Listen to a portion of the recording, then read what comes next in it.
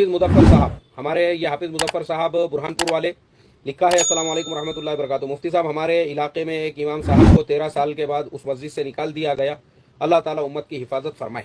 मैं देखो, हाफिज़ मुज़फ़्फ़र साहब असल में ये उम्मत का अलमिया है।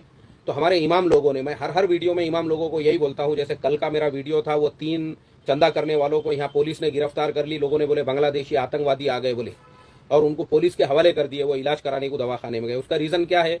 क्योंकि हमारे इमाम, हमारे उलामा बेचारे जो मदरसों में पढ़ते हैं ना, उनको पूरे प्लानिंग के साथ में उनको अंधभक्त बना के रखा जाता है कि वो पूरी जिंदगी हजरत हजरत हजरत करते रहे। ये चीज़ मुझे जो है ना, आज से 25 साल पहले, जब मेरी उम्र 20 साल थी, मुझे जब ही समझ में आ गया था, तो मैं जब ही सीधा हो गया। मैं बोला नहीं रे भाई, ये जितने हजरत है ये सब फन फजरत है।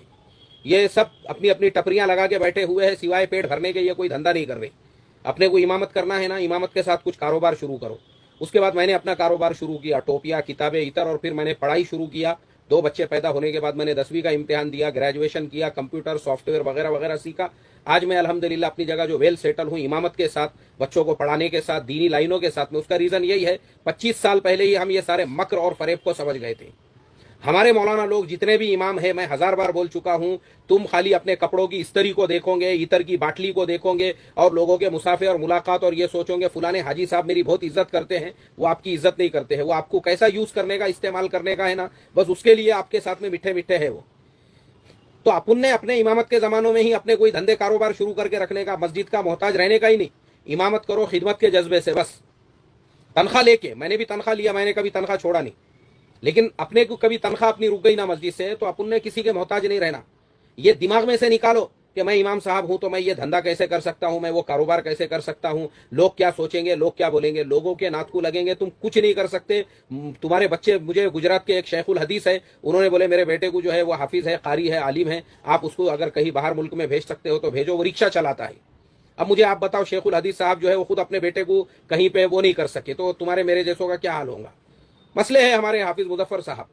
और आपने भी अच्छा किया माशाल्लाह, मैंने देखा आपकी भी तिजारतें, कारोबार वगैरह आप लगे हुए रहते हैं। इस तरह से लोगों ने जो है करना चाहिए अपने धंधे कारोबार जो है ना। मुझे 25 साल पहले, मैं समझा बता रहा हूं, मैंने ऐसी ऐसी मक्कारियां देखा लोगों को। इशराक को पूरे पाबंदी से पढ़ेंगे, चाश्त पढ़ेंगे, 2-2 हजार दाने के मनके पे जिप जिप जिप जिप जिप जिप तस्बीह पढ़ेंगे, तिलावत करेंगे, सब करेंगे, मगर मुनाफिकीन से भी ज्यादा कपट, कीना, हसद, जलन, बुग़्ज़ ऐसा भरा हुआ होगा, गू गोबर के जैसा दिलो दिमाग के अंदर, इमामों के खिलाफ, उलामा के खिलाफ। और इस तरह से जो है एक दूसरे को नीचा दिखाने के लिए एक दूसरे की गीबतें हो रही है। इशराक तक जो है खूब तस्बीह, तिलावत, और उसके बाद फिर गीबतों की मजलिस है।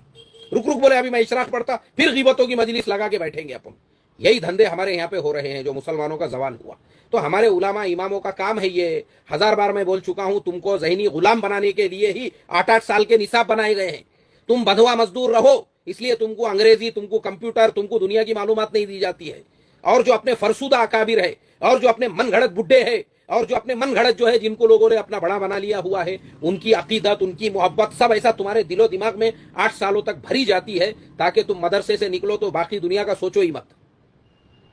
इसलिए ये मसले है। 13 साल की इमामत के बाद अगर किसी इमाम को निकाला गया है, तो मैं समझता हूं इमाम साहब ने भी पहले से ही अपना कोई धंधा, कारोबार, बिजनेस, मैं क्या बोलता हूं, अपने आप को ऐसा बनाओ ना, हम किसी हाजी साहब, पाजी साहब, पादरे साहब, हगरे साहब, डुक्कर साहब, सुअर साहब, खिंजीर साहब के मोहताज ना रहे। बल्कि वो डुक्कर को, वो हरामखोर को अगर जरूरत पड़े ना, आप उसको चंदा दे सको, ऐसा आप अपने आप को बनाओ। आप क्यों मोहताज बन के रह रहे हो किसी मस्जिद के सदर के, कमेटी के, और किसी जो है हाजी साहब, पाजी साहब के? कुछ अपना खुद का धंधा, कारोबार करो, बिजनेस करो इमामत के साथ में। वरना ये जो है ना,